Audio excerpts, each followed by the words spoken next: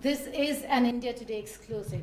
эксклюзивное интервью для India Today, первое интервью для индийского телеканала и одно из немногих интервью международным новостным сетям.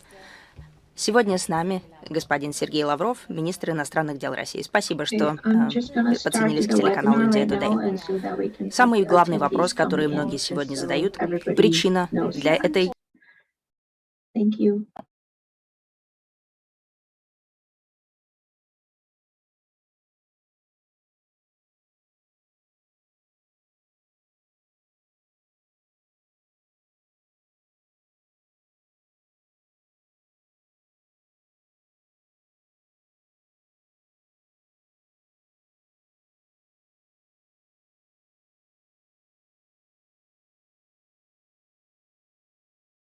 So Yorkshire, I'm going to start at 1:30, pretty much sharp. Yes, please, Lotta, that's fine.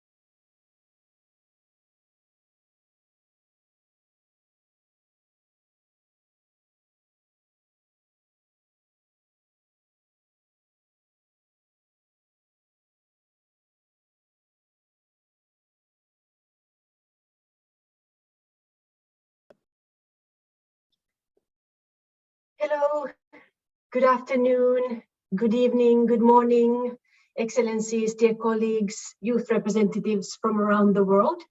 Thank you so much for joining this special thematic session of the 2022 ECOSOC Youth Forum on SDG 14 on life below water.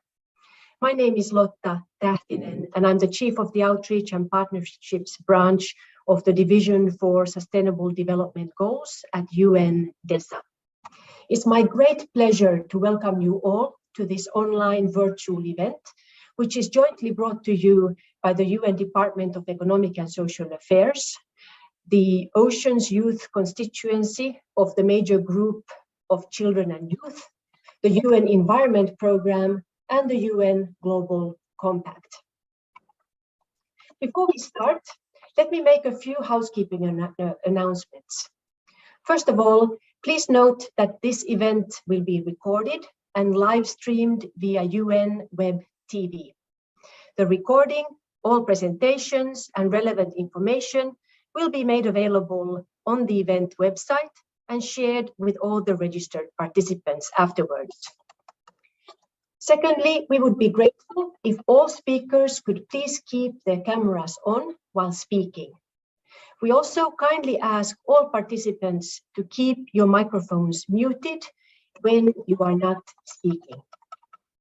Also, for our participants out there, please do use the chat box to ask questions or share your comments or suggestions. Please indicate your name, organization, and country when typing in your questions and comments.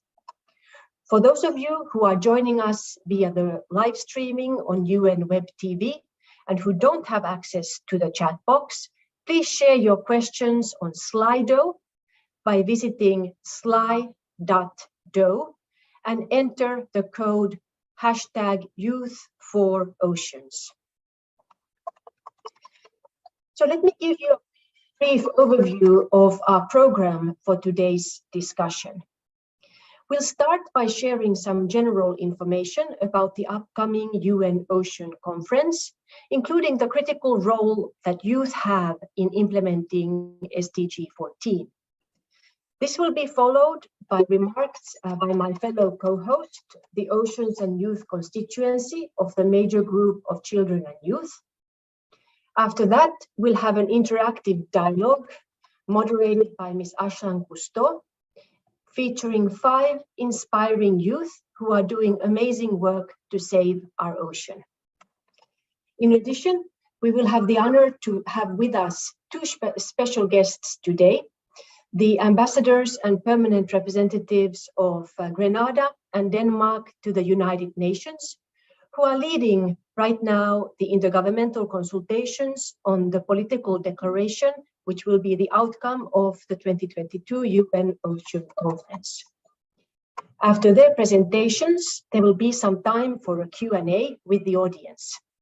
We strongly encourage everyone to engage and make today's event as interactive as possible. Again, please use the chat on Zoom or visit sly.do and enter the code #Youth4Oceans. As you can see, we have a very full agenda today, and we would be really grateful if all speakers could please keep their interventions within the preset time limits. Dear participants, before I give the floor to our distinguished co-host, we would like to show you a very short video about the 2022 UN Ocean Conference with remarks by the Secretary General's Special Envoy for the Ocean, Ambassador Peter Thompson. The 2022 UN Ocean Conference will be held from 27 June to 1 July in Lisbon, Portugal, co-hosted by the governments of Portugal and Kenya.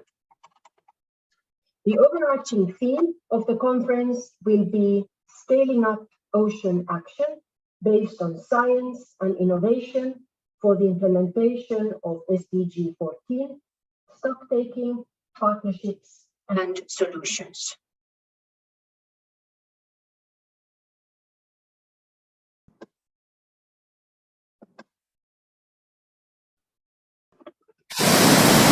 With every breath we take, we are connected to the ocean. The ocean gives us oxygen, provides us with food and livelihoods.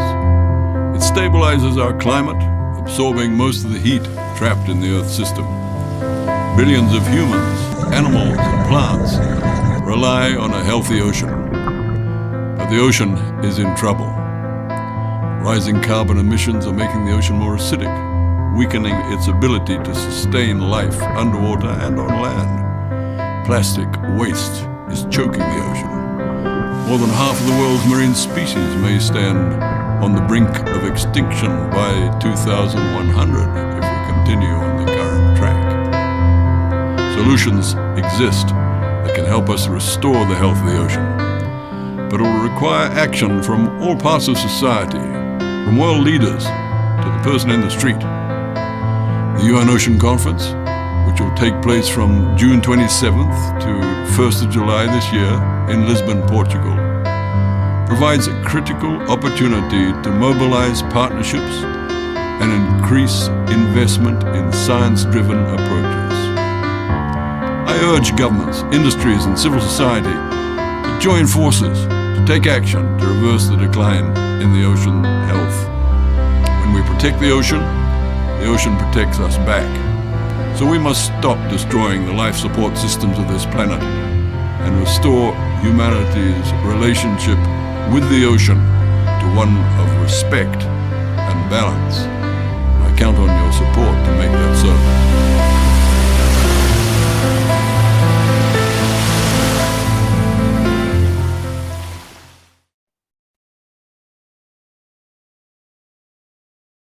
Building on Ambassador Thompson's inspiring words, I'd like to invite you all to share your commitments to save our ocean during the session today by using the Padlet online tool.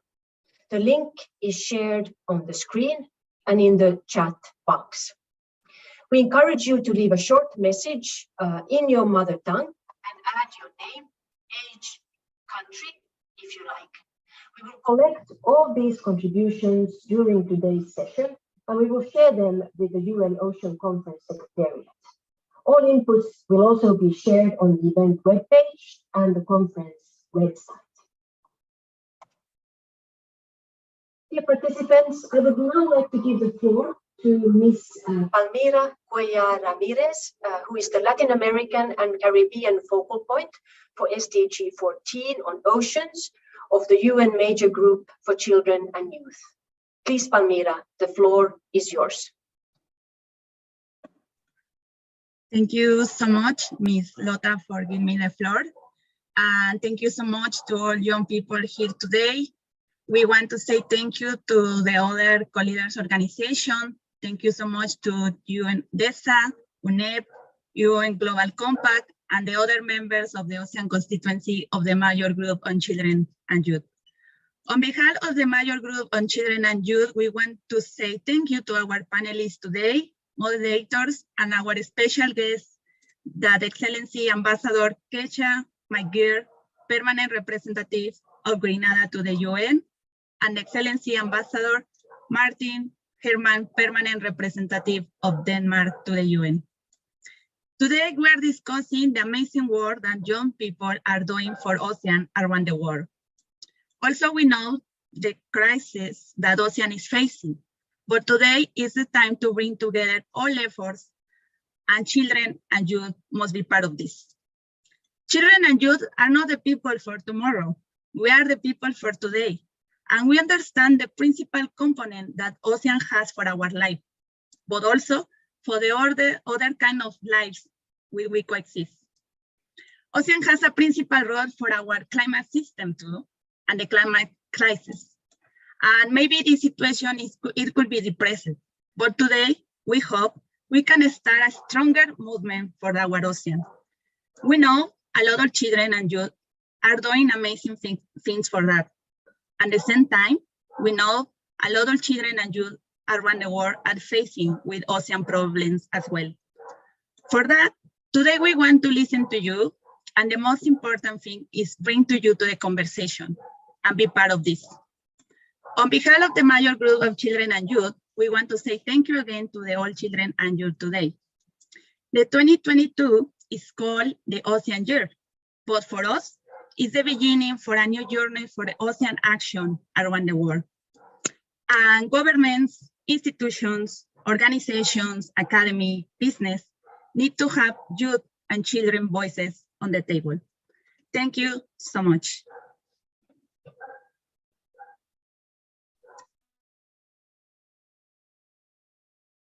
Thank you very much, Palmira. It's so inspiring to hear what youth can do for the ocean. I hope that the examples we will hear today will inspire many more young people who are attending today's event. Now, it is really my honor to introduce to you our moderator of today's event, who comes from the legendary Cousteau family, Ms. Ashlan Cousteau, who is a journalist, explorer, ocean advocate, and a social entrepreneur. We are very excited to have you with us today, Ashlan, and I'll hand the floor now over to you. Lota, thank you so much. And Palmyra, thank you for your kind words about how important youth is around the world for our planet and for our ocean. And as you have all heard already today, I will just remind everyone, that our ocean is 70% of our planet. 80% of all life live in our ocean. It provides about 50% of the available oxygen in our atmosphere. It waters our crops. It controls our climate. And I think sometimes people forget that because the ocean controls our climate, climate change is an ocean issue. But also, as Palmyra said, to remember there is hope. Even in the face of these huge issues, there is hope. And we are seeing that. And truly, the ocean is the biggest tool we have to combat climate change and to improve people's lives around the world. So thank you all so much for having me here. I am honored. And I am honored to introduce you to our 5 panelists. Now, I'm going to have each of them introduce themselves, and they have all been warned that they have a 1-minute elevator pitch style to introduce themselves in. So, Gator, I'm going to start with you. Awesome. Thanks so much. Great to see you, Ashlan, and thanks for putting this on, everyone who's had a hand in it. My name's Gator Halpern. I'm the co-founder and president of Coral Vita, which is a company that creates coral farms where we can accelerate the growth of corals. We can adapt them to be more resilient against the warming and acidifying oceans that threaten their livelihoods. And then we plant those corals back into reefs to bring these reefs back to life. And we're actually addressing this issue of reef restoration from a commercial mindset. So we're actually building a for-profit company aimed at creating scalable ecosystem impact restoration projects around the world. And I'm calling in from the Bahamas, where we have our farm now, although I spend a good amount of time traveling around these days and thinking about the next places and helping different people set up farms and develop them around the world. And so great to be here. Thanks so much for having me, and excited for the rest of the discussion. Well, thanks, Gator. Okay, Pamela, you are up next. Perfect. Thank you so much, Ashlan. It's an honor to share this space with you. I'm an early career researcher. I study biology, and I finished my master's in marine science and technology. At Columbia, I participate in oceanographic campaigns, mainly in the Gulf of Mexico, focus on describing the biodiversity of marine invertebrates, but also the connectivity between reefs. So scientists cannot do everything alone, and transformative change will not be achieved only by creating new knowledge. We need to collaborate with other parts of the society, especially with IPLCs, young people, women and girls, to strengthen that knowledge. We have to get it to those who need it, and it also involves the government. With this in mind, I venture myself into the diplomacy science, the science diplomacy, and I've been part of the Mexican delegation during the meetings of the Convention on Biological Diversity that was held in Geneva this year. And during my participation, I provide scientific and technical and technological advice on issues related to conservation of the seas and coasts, such as EFSAs, marine pollution, and also on the gender action plan. Well, that's all. Thank you so much, Ashlan. That's wonderful, Pamela. Okay, let's see. Who am I going to pick on next? I'm going to go to tert, please. Hello, Aslan. Thank you very much for the introduction. And it's really been an honor to be invited and to be among you today. So many greetings from Greece. My name is Lefteris. I'm the co-founder and director of ENALIA. And actually, we started around 5 years ago with a mission to fight unemployment. We started at the peak of the Greek economic crisis. And to do that, we created the first school for fishing in the country. I'm coming off a long line of professional fishermen, more than 5 generations. But the point is that I'm probably the worst fisherman in Greece, in the Mediterranean as well. So when we were creating the curriculum for the fishing school, we went on fishing to the beautiful islands of Cyclades that I'm also now these days. And then I was shocked to see that fishermen were collecting from the sea with their nets, not only fish, but also plastic. In our first catch, we got like this can of a soda drink, which was so old, it had expired back in 1987. It was like 30 years in the sea. And over the next days, they collected plastic bottles, fishing nets, anything you can imagine. And they were throwing them back in the sea, which shocked me. So when we returned to the land, we started by training fishing communities to fish for plastic. And now we are working in 34 locations in the Mediterranean Sea, Greece, Italy, and Cyprus. But also we are working in Kenya, and we are working with more than 1,500 fishermen right now, collecting like 2 trucks full of plastic from the sea daily. Plastic that then is turned into beautiful products such as t-shirts, jackets, and suits. So again, thank you very much for being here today. That's great. Thank you so much. Stephanie, you are next.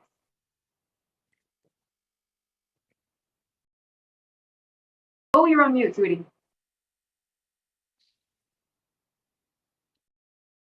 Sorry.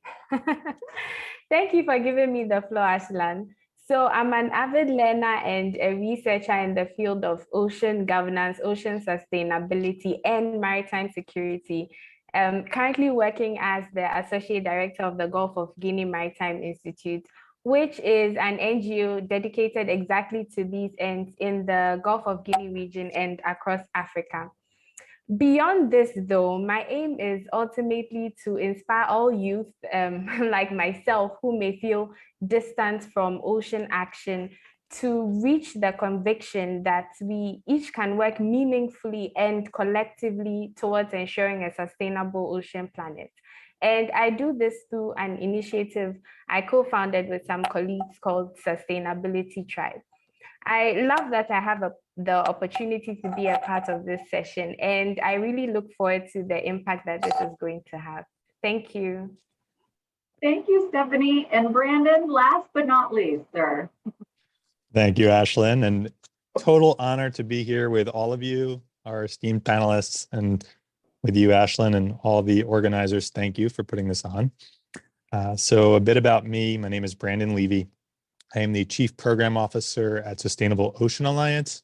We work with a global community of young leaders and entrepreneurs like Gator and like many others to help them holistically in every single facet of their personal and professional life to get them to the next level of their journey. So specifically, I focus on the inner work that then translates to the outer impact. So really looking inside and how we can be the best versions of ourselves, really reach our potential as human beings so that our innovations and our projects and our work stem from that inner harmony. And I am excited here also to talk more about the UN Ocean Conference's Youth and Innovation Forum that the Sustainable Ocean Alliance is co-convening with the governments of Kenya and Portugal, as well as the UN Global Compact and other partners. So pleasure to be here, and thank you so much. Well, I am just honored to be here with all of you. And as we know, our ocean has many, many problems that it's facing, but being here and sharing the floor with each and every one of you gives me hope, and hope for future generations, and hope for my kids and for their grandchildren. So thank you. All right, I'm going to dive into questions, and I will start with Stephanie. So Stephanie, you are a person right after my own heart, because something that you are so passionate about and that is lacking around the world is ocean literacy. So Stephanie, what do you see as, the ocean is complex, it's mysterious, but it's hard to understand. What do you think is our biggest, what do you think is the best thing that can help people understand this ocean, this perfect ocean ecosystem? I think it's great that this discussion is starting from this point, because I'm convinced that ocean literacy should rest at the heart of all efforts to safeguard the ocean space. And at the same time, it's safe to say that several of us were raised as a generation of individuals who are completely oblivious to the ocean, right, and to its importance. So now that we recognize this fact, and that is definitely an essential first step, we can begin to push for a reorientation of systems at the national and regional levels to raise future generations differently, to end this apparent sea blindness. And at all costs, deliberate efforts must be taken to ensure that the elements of ocean literacy are integrated into school curricula. Now, we really want states to be on board with this. So it's essential to take baby steps in a sense. And one pathway to taking a baby step could be integrating these elements as co-curricular activities so that there's not too much resistance at the level of policymakers. And then, of course, there's also the need to move to the point of encouraging more early career ocean professionals amongst the youth. And this is great because it can easily be done through interactions like this and through efforts of civil society groups, NGOs, ocean advocates. Definitely it can. So more ocean literate youth and early career ocean professionals would ultimately mean louder voices for the ocean and a deeper understanding of its complexities, right? And here's something interesting. Okay, history has really pointed to the fact that the most innovative ideas are driven by asking the right questions. So whether it be Isaac Newton or Einstein, each of these remarkable individuals asked the questions that laid the foundation for several global advancements today. And stay with me on this. According to neurologist Susan Greenfield, creativity starts with questioning dogma. So let's take a moment to think back. At what point in our lives are we best at asking questions? I'm sure you all agree with me that it's when we are young. So I've been reiterating lately that it really isn't just mundane rhetoric to say that youth are more likely to generate useful dialogue by asking the right questions. It's true in the sense that it's in our nature as young individuals to ask and probe into certain issues and then to generate innovative outcomes from such asking and probing. Now, this definitely doesn't discredit the role of everyone else in contributing towards ocean sustainability. It only highlights the fact that youth have a more crucial role to play in helping to drive innovative solutions to the ocean's challenges. And we should definitely be adequately equipped to do so as much as possible through ocean literacy training and capacity building initiatives. And let me just round it up by saying another equally vital step that can be taken at the national level, for instance, is to educate journalists, individuals in the media, on why matters relating to ocean sustainability are so important, and then to equip them with the requisite tools of inquiry to persistently and effectively probe into matters affecting the ocean space. And the end point of this is to capture the attention of the general public and then to drive them to ask the right questions, to ask blue questions, while placing an upward pressure on policymakers on the need to be more effective stewards of the ocean and its resources. I completely agree with everything that you said. For instance, during lockdown, my husband and I co-wrote the book Oceans for Dummies, because we realized people just don't know a lot about the ocean, and it's translated into, I think, 4 or 5 different languages now, but it was really just making the ocean easy to understand and a little fun, because then people will dive into it. Well, and speaking of what you were talking about is people asking questions, right? And questioning the norm. Lateris, I'm gonna go to you, because the fishing industry is not getting the best press these days, as we know. 90% of our global fish stocks are either fished to capacity or they're overfished. So the fishing industry is seen as the bad guys. but you really flipped this on its head and you're working with the fishing industry to be a part of the solution. I'm sure you had a lot of obstacles along the way. What would you say has been your biggest obstacle so far? Thank you, Aslan. That's actually a great question and some very true facts.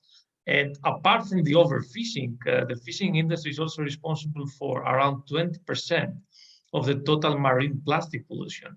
And we confirmed that also ourselves, around 20% of the total plastic we collect is used fishing gear. So yeah, things need to change, and our approach is to turn them from a part of the problem to part of the solution. So maybe I will start first with the challenges that we faced. I will just try to minimize it to the main challenges, and then I will say maybe how we overcome it. I think the main challenge that we faced is the current status quo, people that are not willing to change. So that's the one thing, in combination with being a group of young people.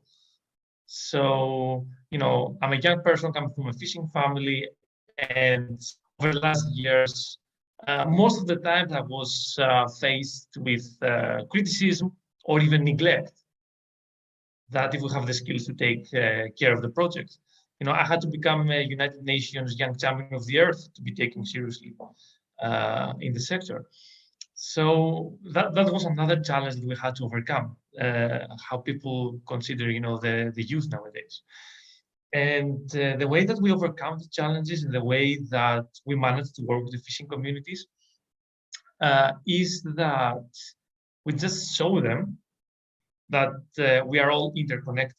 Currently, our oceans and the climate are facing huge crises.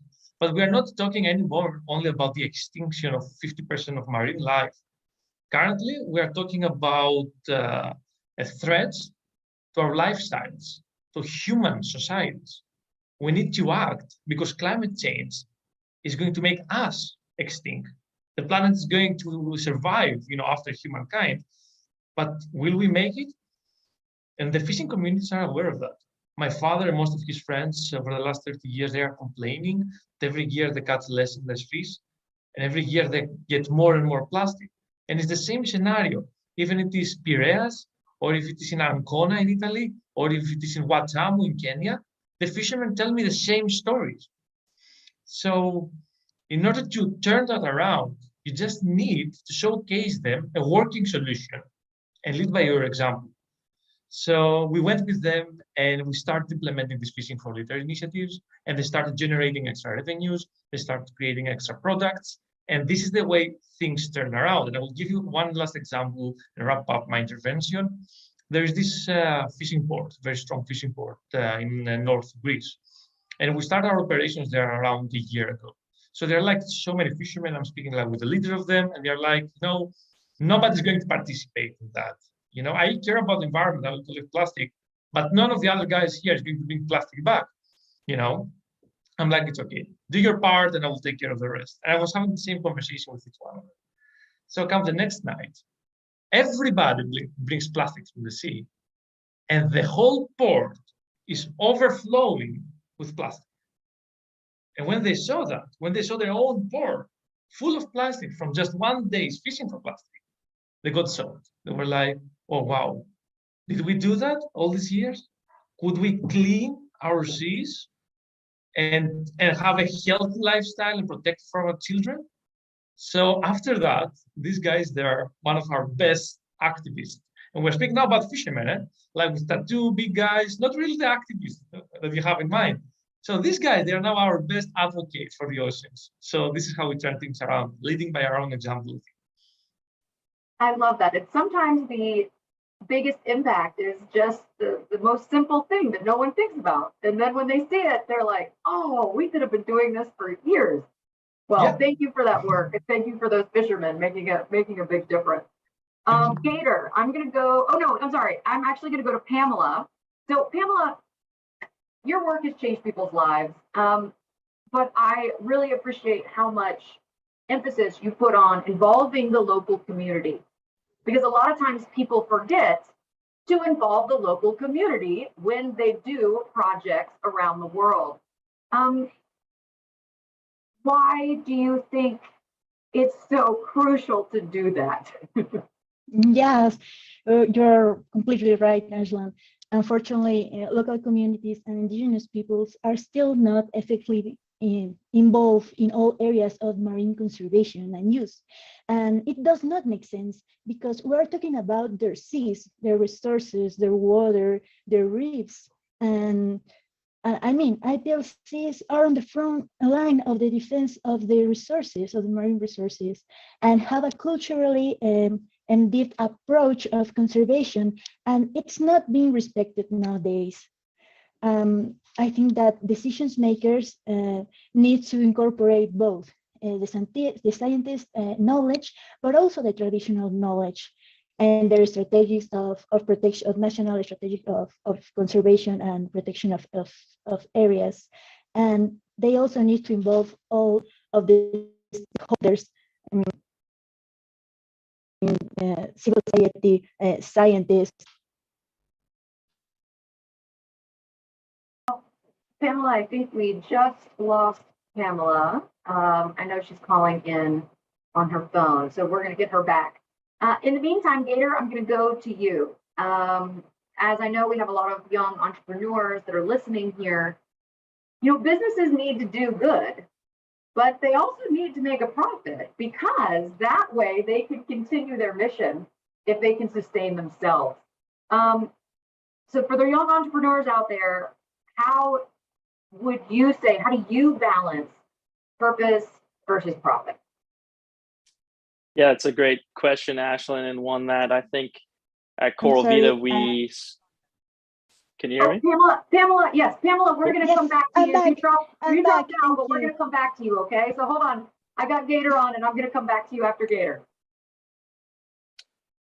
So great question, Ashlyn, and it's one that I think we spend a lot of time trying to reframe a bit at Coral Vita.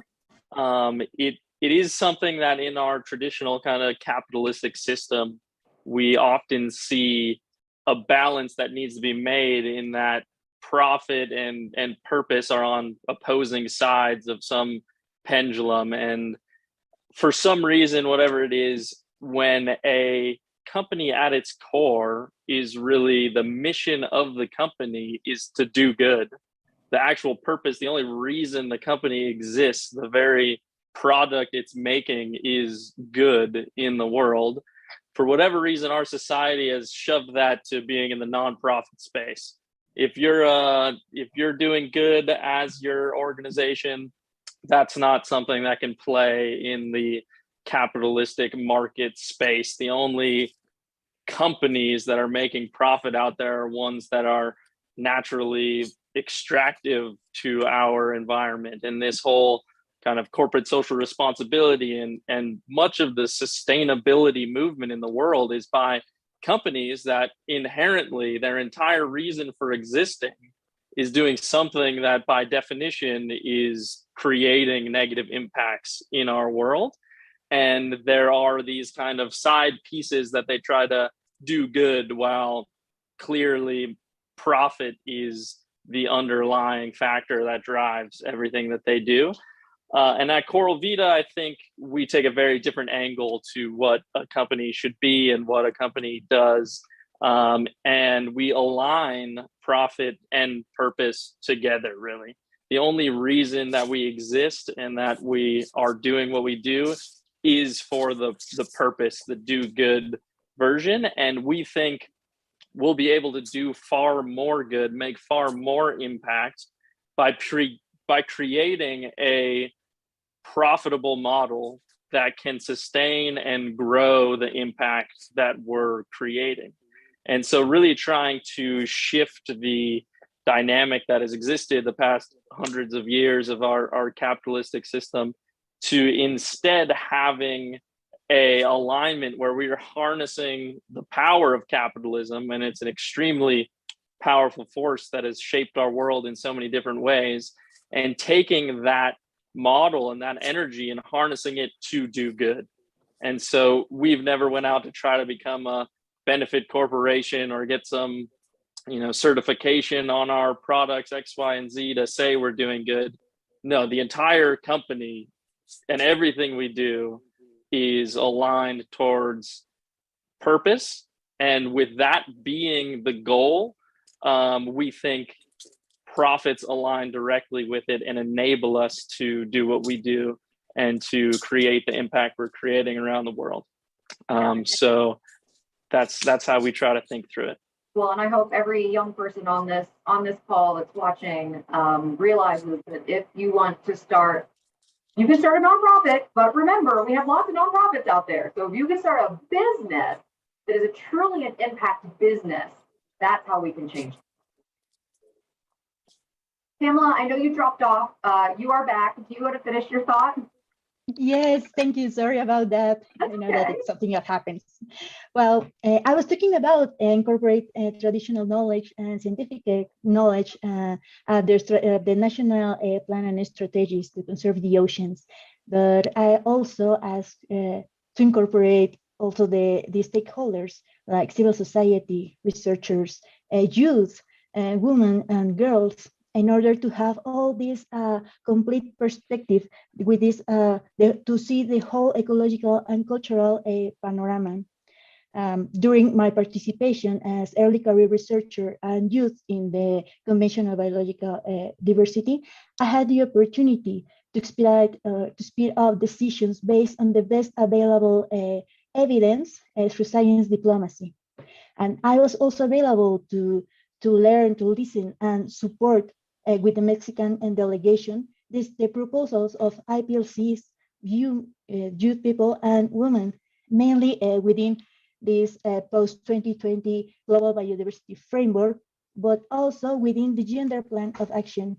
And from here, I learned that we need to highlight, we have this need to highlight the participation, the effective participation of women and youth in all areas of decision-making regarding the care of and use of biodiversity. Girls and women who are part of local communities or indigenous peoples are the most affected by poor management, and we need to solve that.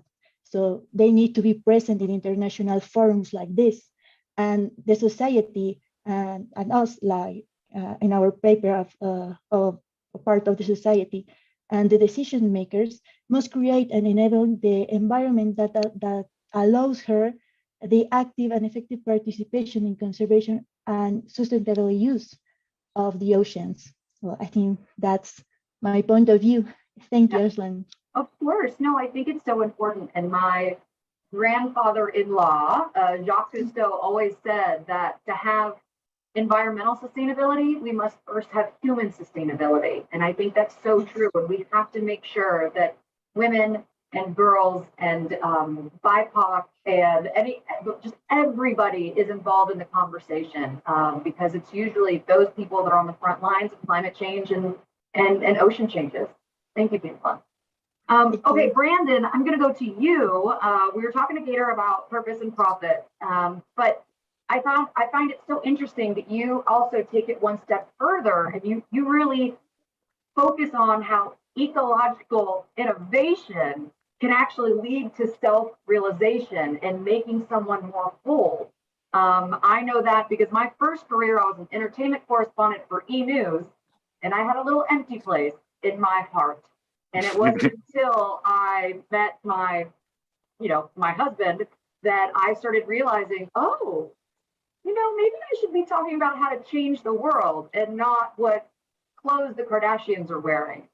So I personally had that moment in my life where I realized that purpose is really important, especially in your career. So can you expand on that? How do you help people, or what's the advice that you give people when they're kind of starting off? Yeah, in reality, I think that ecological innovation and self-realization are co-arising, as in it's not as if one leads to another, but they're complementary and may occur by either's cause or effect. So in that sense, when I work with youth and entrepreneurs from around the world who are intent on having an impact with their grassroots projects, with their social enterprises and beyond, there's already a certain level of consciousness in that individual to be attracted to this field, right? So that is a starting block, a starting point for deeper realization and a deeper sense of presence. And it's not my goal or mission to make this an esoteric aspect. It's really, if we take it more just on the physical level, we're talking about how can our youth and innovators who are on the leading edge of solving our biggest global generational challenge have optimal health and well-being. And when they are creating their companies, when they're running their companies, and when they're scaling their companies or projects, we don't want them to burn out. You know, as of right now, 49% of entrepreneurs are at risk for one mental health illness. Many promising startups and projects never come to light just because of interpersonal issues and conflicts. And if we are able to raise our individual levels of consciousness, our respective awarenesses, and do that from the standpoint of really taking stock of our inner world, our thoughts, our emotions, and our health, then it's quite an obvious logical leap to say, well, that's going to create better and longer lasting solutions. And then, of course, when for youth just starting out, as you asked, a lot of the problems we made came from a different time before these innovators were born. And I like to invoke Albert Einstein again, that the same problems or the same levels of consciousness that created the problem cannot solve them. So we have to be thinking about things differently from a systems lens, from an expanded sense of ourselves and of the world, to really be creating integrated, holistic, equitable solutions. And lastly, another panelist brought up this notion of interconnectedness. And I feel as if this is our global moment. COVID and the pandemic, of course, was that too, where we realized, well, there's a virus that can affect all of us, regardless of our nationality, our race, our level of income, and beyond. And climate change and our crisis in ocean health, which is, of course, directly related, as you mentioned earlier, that's another opportunity for us to recognize our interconnectedness, recognize the interconnectedness of all of these dynamic processes that are co-arising and working together in harmony in nature, and how we are a part of that. We're not necessarily different from it. So hoping that this isn't just a revolution within this limited group on the leading edge of ecological innovation, but also this then can be something embedded and inculcated in the global consciousness. Love it. I love it.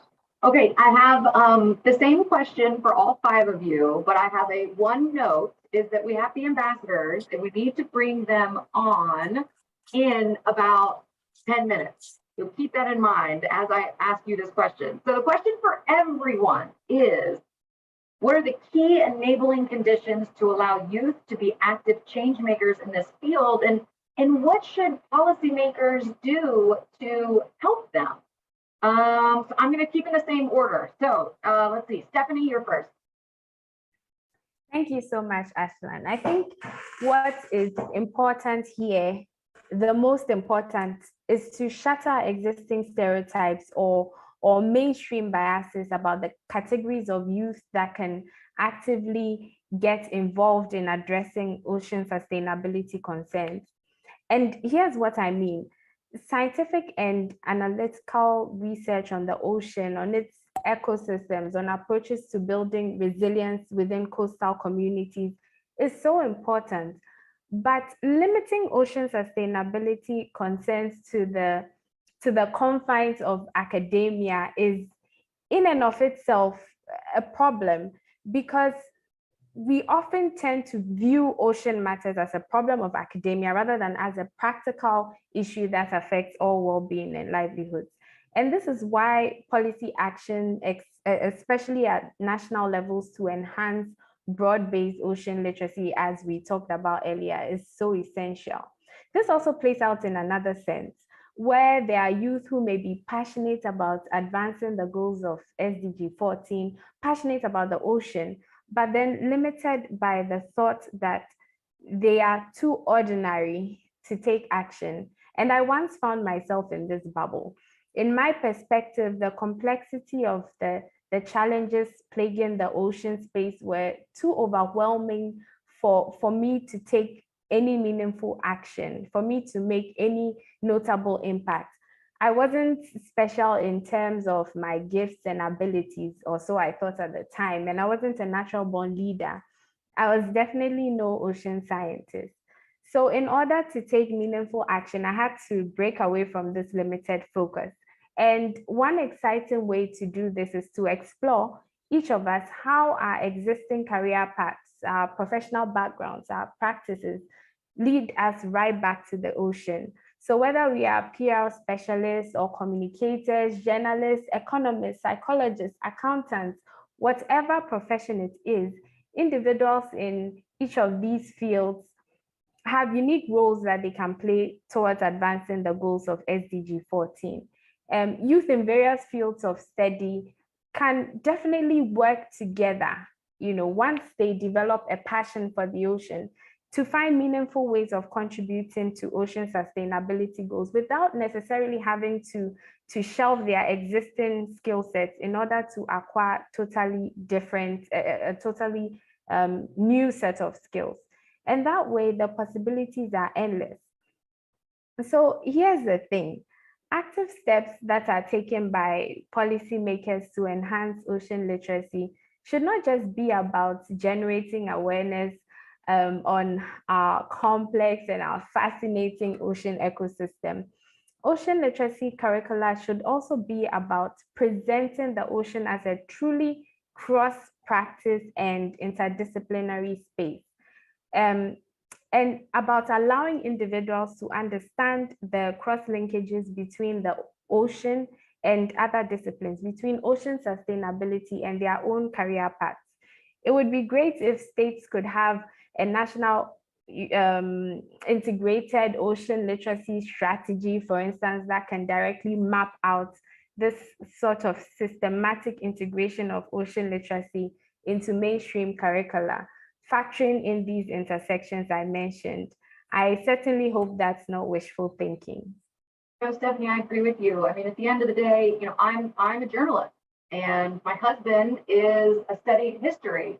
And at the end of the day, Jacques Cousteau wasn't a marine biologist. He was an inventor. So it's true. No matter what field you find yourself in, you can still make the ocean better. Let's hear us. What about you? Yeah, thank you very much, Aslan. So I think I will be really, really specific. I believe what needs to be changed is the way we do business. So I completely agree with Gator and Brandon on their approach, and also with your approach as a social entrepreneur.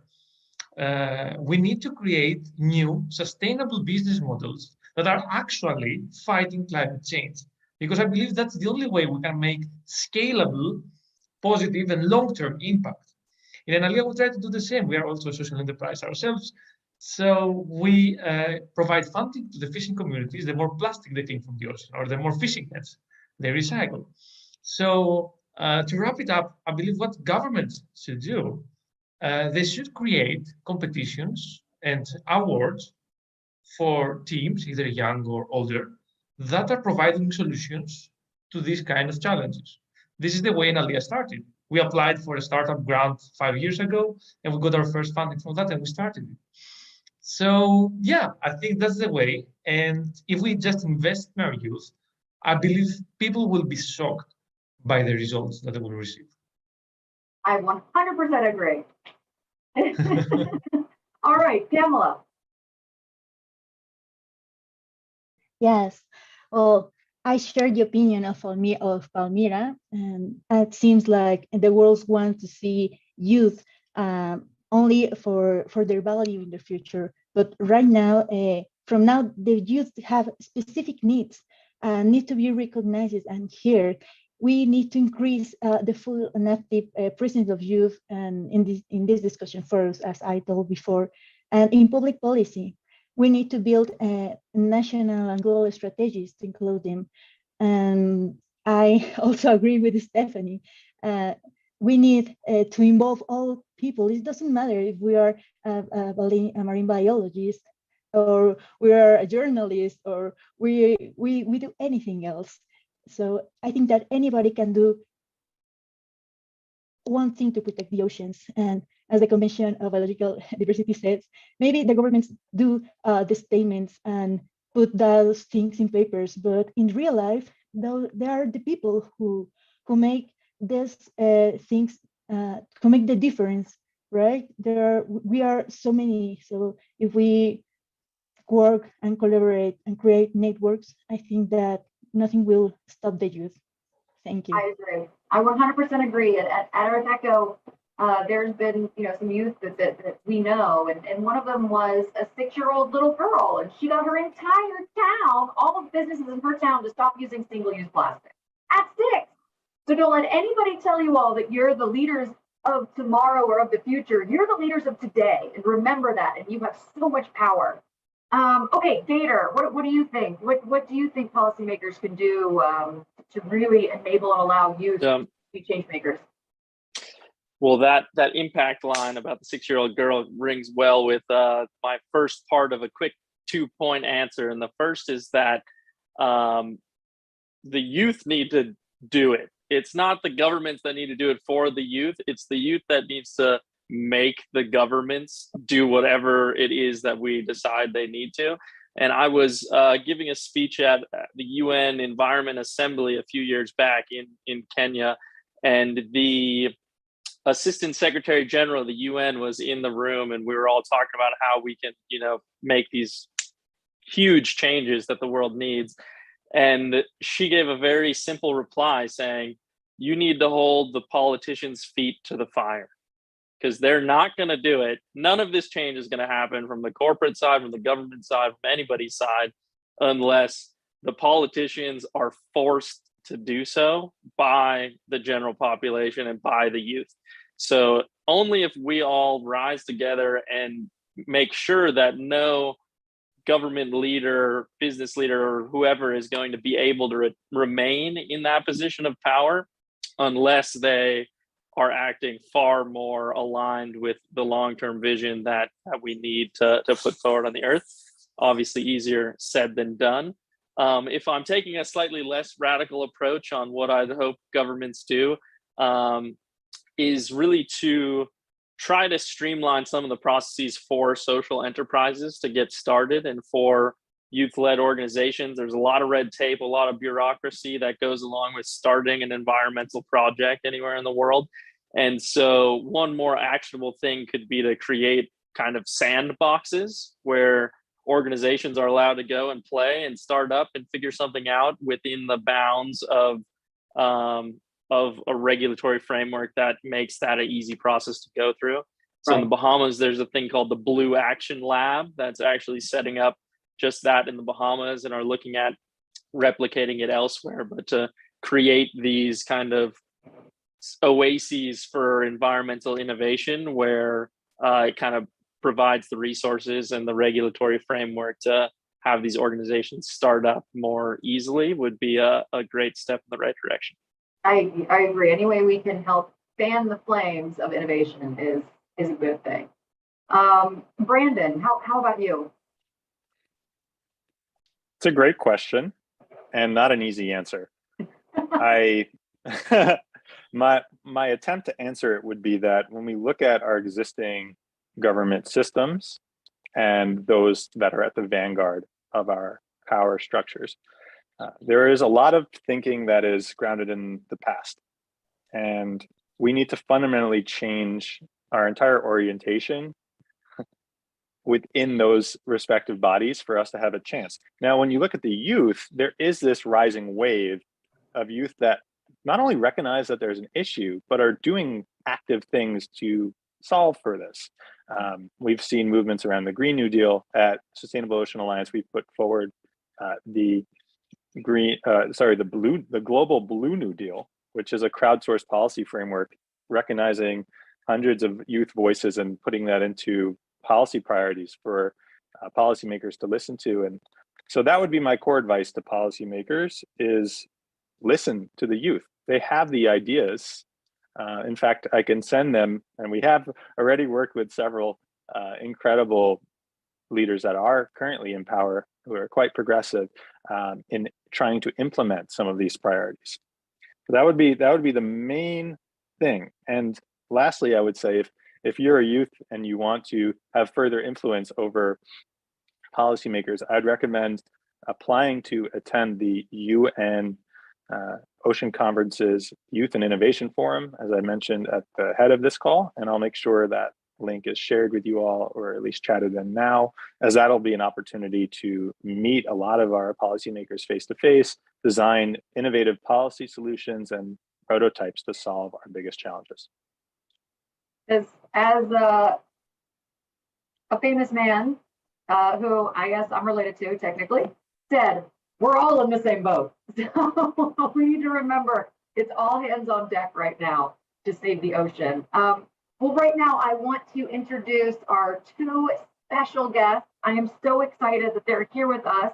Ambassador Kesha A. McGuire is the permanent representative of Grenada to the United Nations, one of the two co-facilitators appointed by the President of the General Assembly to oversee preparatory process and intergovernmental consultants on the political declaration for the 22 UN Ocean Conference. So an amazing ambassador right there. And also Ambassador Martin Billy Herman is the permanent representative of Denmark to the United Nations, one of the two, well, I guess he is the other co-facilitator. And is also obviously part of the political declaration for the UN Ocean Conference. We are so excited to have you both here, Ambassador McGuire and Ambassador Herman. Thank you for joining us, and the floor is yours.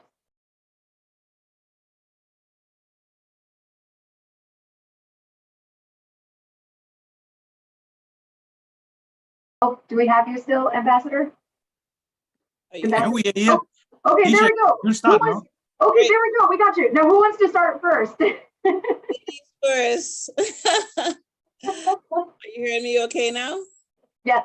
Perfect. Well, thank you, Madam Moderator, and great to see everyone on screen here today. At the outset, allow me to thank you for welcoming us here, and I want to extend congratulations to all the youth of the world who are represented here today and participating in the SDG 14 thematic session. The hosting of this conference is an opportunity for the international community to re-examine and scale up its efforts to respond to the many needs, especially to the involvement of the youth in the implementation of the SDGs. Ambassador Herman and myself are extremely happy to accept this invitation to speak at this important thematic session. It is truly an honor to take part in a conversation at SDG 14 with so many inspiring youth leaders from across the globe. And we had an opportunity to listen in on some of the conversation. And it really is inspiring and then to hear the action-oriented solutions, some of which we can take on board, hopefully here at the United Nations and in our work in a larger, as we go back in our capitals and at home. 2022, as you may all be acutely aware, is a critical year for the ocean. We have entered the decade of ocean science. Multiple conferences and initiatives are held this year, among others, the UN Ocean Conference to be held this summer, and for which, as you noted in your introduction, Martin and I are co-facilitators of the political declaration for it. For all of these initiatives that I've mentioned and all that is happening in this critical year for the oceans, the engagement from the youth remains essential and really critical to further the agenda on the conservation and sustainable use of the oceans, seas, and marine resources.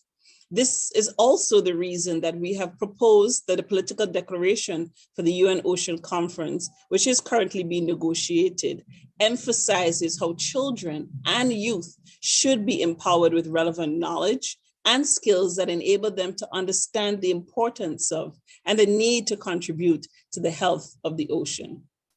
It is therefore humbling and heartening to see that young people around the world are actively engaging in implementation of actions that foster the conservation, restoration, and sustainable use of marine biodiversity.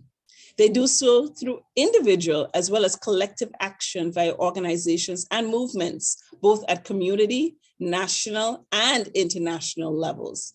We continue to witness the emergence of a stronger and positive younger generation taken to the streets, organizing and making their voices heard.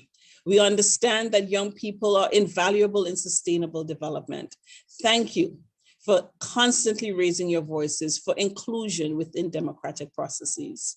As an international community, we have a collective responsibility to empower, provide platforms and opportunities for young people to voice their views, insights, thoughts, ideas, and concerns. This responsibility should also be evident in the political declaration for the UN Ocean Conference. Youth must be at the core of the decisions that will shape their future. This includes meaningfully involving them in relevant decision-making processes within the United Nations, including through national youth delegates. I convey my best wishes for success to all youth delegates. Let me now pass the floor to my co-facilitator of the political declaration, Ambassador Ehrman. Thanks, Keisha. Let me quickly jump in and then sort of echo what Ambassador Maguire, my good friend Keisha, just said, and thank you so much for inviting us actually to speak at this important event. No? So I suppose what we could discuss is how do we get from, once Keisha and I, we're done facilitating 193 member states negotiations over the political declaration, how do we actually come from paper? Because right now it's a piece of paper. How do we come from paper to reality? And I suppose you could say what we need the hands, the heads, and the voices of young people. First, really important to highlight the importance of youth contribution when it comes to the implementation of the commitment from the declaration. Because what we know is that, of course, the collective efforts that are needed to address the ocean crisis must involve all citizens of the world. And that includes, of course, youth. I mean, we are living in a world where young people and children represent more than half of the world population. So the meaningful involvement of young people is not a nice thing to do. It's what we need to do, because it can ensure that actually that not only that policies are inclusive, but actually that they are also effectively implemented. That was the hands, but we need your heads also. So the political declaration focuses on science and innovation for ocean-based action. And we know that, of course, innovation and new ideas, they tend to come easier to young people, but they are particularly fostered when people across generations meet. And we need to constantly develop and expand ideas to fight the environmental crisis of climate, pollution, and nature, which affects oceans, seas, and marine resources. So to ensure the best implementation of the commitments we make in the declaration, we really need the invaluable engagement of youth. We need your heads, we need your ideas, we need your fresh perspectives on how we resolve some of the challenges, some of the things that we heard from some of you already. Now, young people are increasingly, and I think rightfully, sort of really recognized as agents of change. And I think it's really crucial that we try to bridge, if you like, across generations. So we're asking, people from your generation to partner with people from my generation. Keisha is sort of in the in-between generation, let's be honest, because we really need that type of collaboration. So it's really important for us also that international organizations like the UN, that we play a much more proactive role in partnering with young people, that we provide avenues and platforms and practical ways of actually doing this, but also supporting sort of youth-driven projects that actually help implement some of the commitments from the political declaration and turn SDG 14 into something much more than just targets, but into reality. So, hold UN organizations out there to account. You have a Secretary General who said that actually every UN organization is going to have sort of a civil society focal point, grab hold of them and say, listen, you need to work with young people. The last point is voices. Let's be honest and say governments seldom do something unless somebody is biting at their ankles. So we really need young people to contribute to furthering SDG 14 by using your voices. Keep governments accountable for the commitments they will make in the political declaration, but also the commitments they've already made. Accountability is critical to create sort of actual movement in the commitments we make, to turn them into reality, to move them from words to deeds. So we encourage you, reach out to your colleagues across the world, to your peers, ask them to raise their voices, to get hold of their government, remind them what they have committed to, and tell them to turn it into action. I'll stop here. Look forward to answering all your questions, or at least attempting to do so, but more importantly, to listen to your ideas. Thanks, Ashley. Oh, Ambassador Maguire and Ambassador Ehrman, thank you so much. And I applaud your work. It's so true that youth action is so important, but also holding these governments accountable, holding these people accountable to the promises they've made. And youth can do that. And just remember, everybody out there, even if you're not old enough to vote, that does not matter. You have so much power when it comes to storytelling, from your family to your friends to the businesses that you shop with. You know, just know that you hold power. You hold power in every moment of every day. Okay, right now we are going to move on to the Q&A, and I'm just going to dive in if that's all right with everybody. So we actually had 3 questions that were very similar, so we kind of merged it into one. And I'm actually going to ask Ambassador McGuire. I'm gonna ask you this one first. What resources are available for youth around the world to improve ocean literacy or to understand its intersectionality? You know, where do you try to send people when they want to learn more about the ocean? Thank you very much for that question, and a very important one, because a lot of what we do is research. And I can tell you, before as a diplomat, I was an attorney, and for the first few years of my life, that's what it was about, because it is the knowledge and the information is the power, and that is what really fosters the sort of innovative solutions that have been mentioned here today, and as Martin had articulated in his intervention. For us, we're doing the Ocean Political Declaration. So there is actually a dedicated website which has given, and it is a good culmination because it does give a lot of the resources, to tell you the truth, from the last Ocean Conference, which was held in 2017, and all the initiatives that are being held. As I had noted, this is the decade of ocean science. So there's a lot of material out there. So I would say start there, because it culminates a lot of the information and directs you to other sub-information, subtopics. So if anybody would like to be able to go on, there is a dedicated website on UN.org, and you could just Google UN Ocean Conference 2022, and you will easily find that website. Thank you. Ambassador Ehrman, I want to ask you another question that kind of merged. We have a lot of similar questions in the chat. So another question that was merging two people. You know, what do we need to keep in mind when developing ocean-based economic solutions? Well, I think first and foremost, I really think we need, how should I say this? I mean, we need to listen, not least to many of the people in the communities and the countries that have traditionally, you know, not only lived by, but lived off the ocean. You know? And I think one of the things that we try to emphasize in the political declaration is actually the value of what you might sort of call traditional indigenous knowledge, you know, about actually living in much stronger harmony with the ocean. I mean, something that I suppose, you know, your grandfather-in-law was really a proponent of, you know, that to appreciate that this is not just about living off, but living in harmony with. And I think traditional communities, from coastal communities, from small island states, there is so much that we can learn. One of the things that we've tried to highlight in the political declaration. That's great, and that actually answered Crystal Kapoor's question. So thank you for also answering that. All right, now I have one specifically for you, Gator, from Vince Santiago. How does Coral Vita assist with the Great Barrier Reef in Australia, if you're doing that? Because as we know, it's the biggest coral reef ecosystem on Earth. So great question. We're not in Australia physically yet, but we hope to be at some point in time. We actually do collaborate with a number of researchers and institutes out in Australia. So one in particular, the Australian Institute of Marine Science, or AIMS, is putting a lot of funding into innovating on reef restoration and similar styles of reef restoration that we develop here at Coral Vita. So I've been in a lot of conversations with the folks at AIMS about the technologies they're developing and the technologies that we're working on here at Coral Vita to see how different innovations and solutions can translate to different parts of the world. And so by collaborating with the stakeholders in Australia, sharing the kind of practices we're developing here and hopefully the technologies that we can bring to Australia and also other parts of the world too. So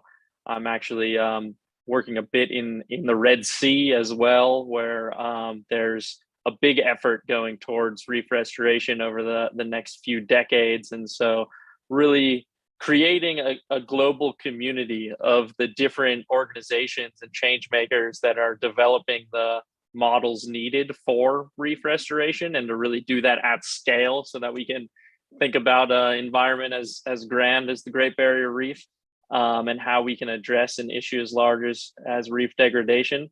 It's going to be important to collaborate with all those stakeholders and take best lessons learned and tools developed in different parts of the world to solve solutions all around the globe. Great. Brandon, I have a question for you, and this one looks like it's from Venice, Santiago as well. What studies or innovations in biotechnology are currently being made to benefit the ocean?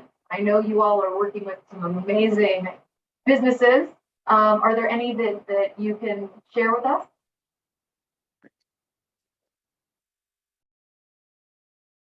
Biotech is a very interesting industry to explore, and I think it has tremendous innovative potential for bringing about entirely new innovations for SOA. At this point in time, it hasn't been a central focus for us, so I don't have an exact example to give you off the bat, but I can promise you we're looking into this field and taking it seriously as really a wellspring of innovation and potential solutions for our ocean crisis. So thank you for the question. Of course. Here's a great question. I actually don't know who to send this to, but it's a great question. You guys raise your hand if you want to take it. Otherwise, I can take it. But how can caring for our ocean revive tourism industries as we recover COVID-19? Anyone want to take that one?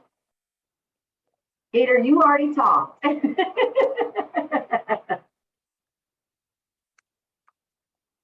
Okay, fine. It goes to Gator. Oh, wait. Lefteris, did you have your hand up? Okay. Yeah.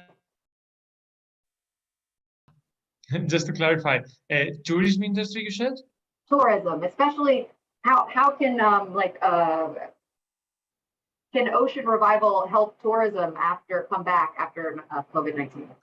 That's great, because we are doing just that now with fishing communities. One of the main challenges that plastic pollution is causing, especially in Greece, also in Kenya, is that it's decreasing the number of tourists visiting the area. Nobody wants to visit the polluted area, you know. So we have found out that by cleaning plastic from these areas, you can actually increase the numbers of tourists going there. But another activity that we are implementing is the so-called fishing trips. So let's say you get on a traditional fishing boat with a group of tourists, and then instead you go sightseeing the island or the coast or whatever, but at the same time, the fisherman is dropping you in an isolated part of the coastline with a lot of plastic. So the tourists help to collect that plastic back, and then we make sure that this plastic will be recycled. And it's been implemented with success now in a pilot scale also in Greece. So yeah, we can combine restoration of the environment and a boost in the tourism sector. Love that, because it's true. That's what people want now. Now that they are traveling a little bit more, they want experiences and they want to feel like their travel is making a difference and that they're leaving places better than they found them. So that's a great idea that you all exactly. I want to invite Miss Sarah Boyd. I hope I'm saying your last name right. Please correct me. The Dutch youth delegate. I want to give her the floor for about 2 minutes to share her thoughts too on this. Yes, thank you so much. Do you hear me? Yes. Okay, great. Well, thank you so much for the floor, and it is an honor to be here. Well, as you introduced me, I'm Sarah, and I'm the UN Youth Representative on Sustainable Development from the Netherlands. And today we are here to talk about the youth and the role of young people in relation to SDG 14. And I think the COVID-19 pandemic has shown that we need to start doing things differently with regard to the environment and the oceans in particular. And it is of crucial importance to include young people within dialogues like the one we have today to come to solutions together. Having said that, I want to shed light on SDG 14, Life Below Water, because due to climate change, our oceans are under threat and our ecosystems face multiple negative consequences. Because of human activity, climate change has developed into one of the biggest challenges of today's world. And while polluting ocean ecosystems, we should instead work together with nature to combat the consequences of climate change. And to quote the climate envoy of the Netherlands, never forget that nature is our best partner in climate action. And I think that the youth and the young people worldwide has the same power as nature has. Because nowadays, modern challenges ask for long-term solutions and action. To highlight the intergenerational importance of such solutions, our and future generations have that long-term perspective and are able to critically evaluate the action we take. And with that in mind, policies should be made with and for young people, because young people should always be the protagonist of public policy. And therefore, I want to highlight the importance of the structural implementation of the voice of the youth in policymaking. With reference to the above, climate change is a transnational problem and affects all of us. In particular, I want to shed light on our ocean ecosystems because they are your friend and not your enemy. And we should stop polluting them, such as our oceans, but also we should stop polluting our air because the air we breathe should be of great importance as well. And it was a pleasure to listen to all of you. And I think with panels like this, we should contribute to solutions together. So I'm very hopeful that we combat the challenges we're facing today. But however, it's not an easy task. So a lot still needs to be done. And as a society, I think we should all contribute and do our part, because we shouldn't take action tomorrow. We should take action today. Thank you so much. Sarah, that is a great point. And I truly believe that we can have a world where every child deserves the right to clean air, clean water, and healthy food on the table. So exactly. Thank you. Yeah. Yeah, it should be a human right, you know, that we all have clean air and clean waters. Exactly. All right, I'm going to go to a few more questions. I think we have a time for one or two more. Okay, this is from Henry Obino, and his question is, how can we incorporate technology alongside local community policies in achieving healthier oceans? So how can we incorporate technology alongside local community policies? Do one of the ambassadors want to take that? I think that's a very, very good question. And I think, honestly, I don't think there is one answer. I think the question is, how can you devise systems, government support systems, but actually framework conditions that would allow these things to begin to interact? I don't think there is one particular solution which is correct. So I think this is much about trying to get different actors to begin to work together in new ways. Aslan, if I may, just in case this is the last time I have the floor, I just wanted to all our colleagues, all our young colleagues, to say, I think there are three questions you should ask your governments, no? But don't quote me. One, are you going to Lisbon? Are you going to the UN Oceans Conference in Lisbon? Two, what are you going to bring to Lisbon? And three, what will you do when you come home from Lisbon? Thanks. That's great. And three questions we should all remember and work on every single time. Well, my last question for everyone on the panel is, what is the one thing that young people can do in their daily life for the future of the ocean? The one thing young people can do in their daily life for the future of the ocean. So Stephanie, you have a big smile. I'm going to you first. Yeah, so I think it's about just acting, you know. All they need to do is to act. It doesn't matter who you are or what your background is, as I've said earlier. every major interest of ours as young people can intersect meaningfully with safeguarding the ocean space. And while it's great to have the extraordinary on board, what we really need are the masses of ordinary individuals like you and I to take baby steps towards making a difference. So if you're, just as an example, if you're a painter, why not tell a story about how crucial the ocean is in a painting? You know, just paint. If you're an accountant, you can start looking into an innovative way you can contribute to accounting for the ocean economy. If you're a psychologist, then maybe begin to explore what it is that influences individual perceptions about the importance of the ocean and what motivates individuals to take action. So just act. Thank you. Thank you, Stephanie. Left Terrace? Yeah, well, I'm going to go with Stephanie on that one. I completely agree with her. Like, based also on my own experience, the most important thing you can do is act. Start small, start locally, but start. It makes the whole difference in the world. Like, when we started with literally 2 fishermen, my father and one of his friends, and now we work with thousands of fishermen all over the world to collect plastic and do sustainable fishing. It's much harder to go from 0 to 1 than from 1 to 100 or even to 1,000. So just act and start now. Great. Pamela, what about you? Your one piece of advice.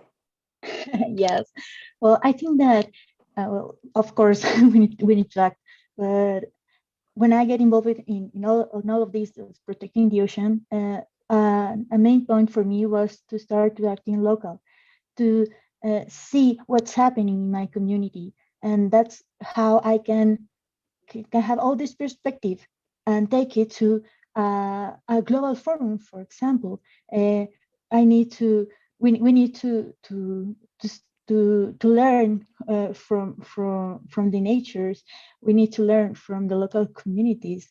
I've seen how the fishermen know a lot of currents. I know how the women's fishing mollusks and protect the mangroves. I think that everything all kind of education and information, it's right outside. So you just need to go and get it. Thank you. Great. Go and get it. I like that. Gator, how about you? My one advice would be to get in the water. I think that's easier for some of us than it is for others, but you know, it's good to hear about the ocean, read about it, go to nice UN panels talking about the ocean, but the best thing is to be in the ocean, to experience it, and that's the way to truly understand the beauty, the magic, the power of these ecosystems and why we need to act so urgently to address these issues. And so whenever possible, really just be able to connect deeply with the ocean, get a mask on and jump in the water. And even if you can't, let's say you're landlocked somewhere, remember almost all of the rainfall that falls on Earth comes from the ocean. So go stand out in the rain. If you can't get in the water, at least go stand out in the rain. All right, Brandon, what's your one piece of advice? I echo the calls to action, and I will refine that even more, saying acting from a place of unity.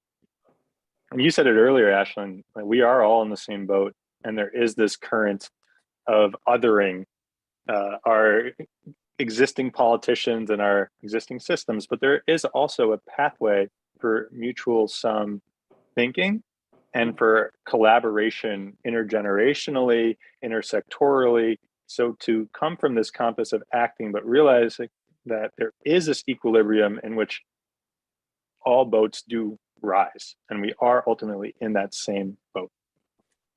Great. Ambassadors, if you don't mind, I'm also going to ask you that. So Ambassador McGuire, what's your one piece of advice for youth? Right. And I'll come from a different way, even though I don't like to say things negatively, but I think it's important because inaction, so it goes along with the action, but do not stay silent. We talked about voices being heard. We need to amplify each other's voices. And to go to the last speaker's point, I would have added to the act together, because that is very, very important. We have to come together, and it is with that unity, there is that strength, and we need to move from strength to strength in these initiatives, and particularly when we're talking about innovative solutions and really pushing a needle forward, which we need to do, and we need to do it with urgency. So act now, act together, and act with urgency. Thank you, everyone, and great to see everyone again. Thank you so much. And Ambassador Ehrman? I think, as always, Keisha sort of hit the nail on its head, and I mean, Gator, I just wanted to agree on with what Gator said. Get in the water. I think being on UN panels or negotiating text at the UN, does not exclude being in the water from time to time. But we really fully agree. And then this thing about acting together, not just as young people acting together, but acting together across generations, but also across sectors. Civil society teaming up with private sector, civil society teaming up with government. Find the allies out there. Then you can make things happen. I love that. And I would just say, know that every single one of you is a storyteller. You're a storyteller to your family. You're a storyteller to your friends, to your teachers, to your politicians, to the places where you shop. Talk about the ocean. Just talk about it. Talk about it at the dinner table. Talk about it, where you shop. It's important just to keep it out there in everyone's familiarity, just how important the ocean affects each and every one of us every single minute, every single day. Well, I want to say thank you so much. Thank you, ambassadors. Thank you to our panel. I was honored to be here. Thank you to you all who are passionate about the ocean and saving our planet. It's you who are going to save the world, and we appreciate your strength and your persistence. And don't take no for an answer. With that, I'm going to pass it back to Loda, I think. And again, thank you all for being here. Thank you. Ome waves. Thank you so much, Ashlan, for your amazing moderation of this panel. Thank you to the ambassadors, to all our youth panelists, and all the participants who have contributed with the questions for making this panel that's looking at such a critical issue, that is, what can young people do to support conservation, sustainable use of oceans, seas, marine resources. Such an inspiring but also a fun panel. So thank you so much to all of you. I must say that what our participants out there have also been posting in the Padlet tool is equally inspiring. And I really urge all of you to take a look at those contributions that have been coming in through the Padlet. We will be making them available on the Ocean Conference website. And this really gives us hope to see that there's such commitment out there to do more for the oceans around the world. So now we're almost at the end of this session. So let me give the floor now to our partners, the UN Environment Programme and the UN Global Compact, to share some final thoughts and closing remarks. So first, let me introduce Mr. Jamil Ahmad, who's the director of the UNEP New York office. Jamil, you have the floor, please. Thank you very much, Madam, and thank you for this very inspiring session where we have heard a number of key messages from youth and their representatives and the two ambassadors about the importance of the role of youth in implementation of SDG 14. It is clear, and I won't be able to summarize all the key messages, but if I would just touch upon some of the key points that in the role that youth has to play, it will be crucial in questioning the norms and models, as well as helping drive innovative solutions, strengthening capacity building and literacy on ocean issues and potential solution for networking. We need to, and I need not emphasize this, we need to involve youth more vigorously in the management of ocean and foster youth innovation in a more robust way.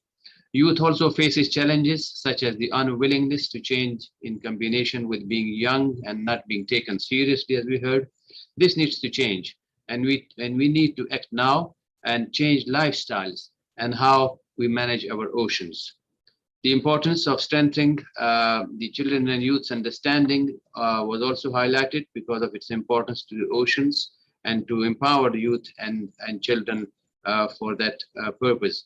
Relevance of youth in the implementation of action will be the key, and as will be the engagement with local communities, because they are the one who are suffering most from the deterioration of the conditions of oceans. Aligning purpose and profit should also be important for companies. Also, ecological innovation and self-realization are complementary.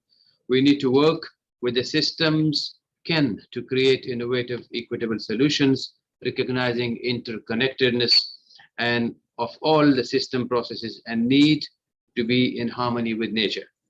Ocean problems are not an academic issue. We need to find practical solutions to be implemented, and youth needs to make sure that governments make the changes that are needed. So these were some of the strong messages that came out from today's discussion, but these are not the only ways. There are many other ways in which youth can engage and make a positive impact. And youth leadership, I must emphasize here, will be the difference between the failure and success of the efforts for addressing the triple planetary crisis of climate change, biodiversity loss, and pollution. The size of the challenge might be overwhelming, might seem overwhelming, but we can definitely address it by channeling the energy of youth into showing the world how it should be done. The choices that youth make will matter in its local community, as a consumer, as a voice shaping the policies at their institutions and universities, and as a voice, amplified voice, as the ambassador said, amplified voice of youth to influence the decision of the governments and organizations, and to move their finances and pension funds into initiatives that back solutions and environmental sustainability. Or perhaps as an emerging leader, as some of you might be our leaders very soon, to lead the world to a more sustainable future. We also see strong participation of youth in environmental multilateralism, in environmental diplomacy, as a catalyst role in ensuring that we take better care of our oceans, and also the broader transition that needs to happen towards a low carbon, resilient, resource efficient, and socially inclusive economy.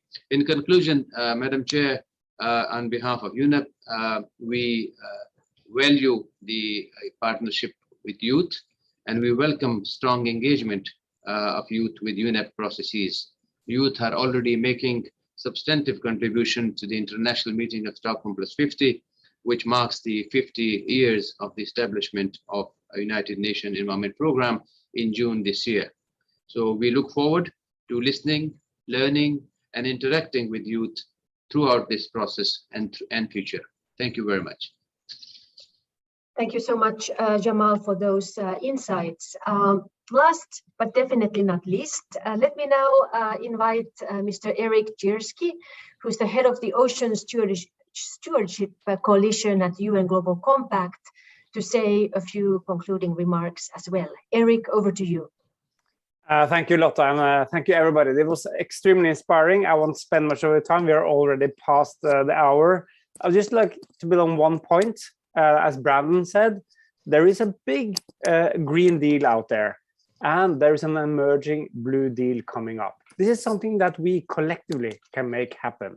There's a big appetite in the investor market, in the banking sector, for finding projects which are not risky when it comes to environment, climate, nature, etc. And we have to find those targets and make it transparent and investable. I think if you have a clear purpose, you should go to Portugal, you should collaborate with other youth and the UN and governments and the private sector, and we will solve this, because this is something we can do together. So I think I'm quite optimistic. There is a big appetite if we manage to show the solutions and we can track them.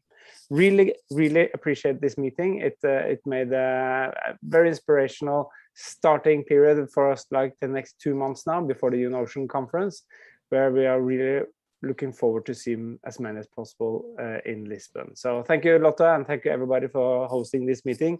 Very, very good to see you all. Thank you. Thank you so much, Eric, for those. And thank you again to everybody who has joined us today online and for sharing your tremendous inputs and commitments to save our ocean. As Ambassador Herman said, go out there, tell your governments, tell your partners, tell your colleagues about the Ocean Conference. It's happening. Ask, are they going? Ask, what are they bringing to the conference? What commitments can they make for the ocean? And then when they come back, ask, what are they going to do now? I think those are really good rules of thumb for all of us. For more information and latest updates about the 2022 UN Ocean Conference, please go check out the conference website. The link has been shared in the chat box.